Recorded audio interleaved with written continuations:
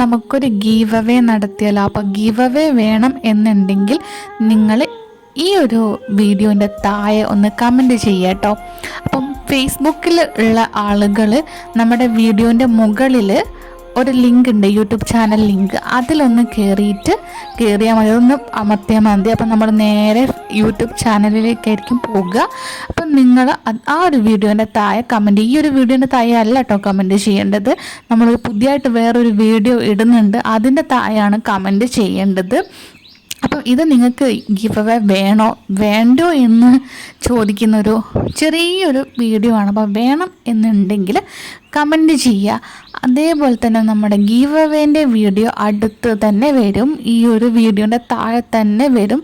അപ്പം നിങ്ങളത് മിസ് ചെയ്യാതെ കാണാം. പ്രത്യേകം ശ്രദ്ധിക്കുക, ഫേസ്ബുക്ക് നമ്മൾ ഈ ഒരു വീഡിയോ ഇടും. അപ്പോൾ ഫേസ്ബുക്കിലുള്ള വീഡിയോയിൽ താഴെ ഒരിക്കലും കമൻറ്റ് ചെയ്ത് യൂട്യൂബിലെ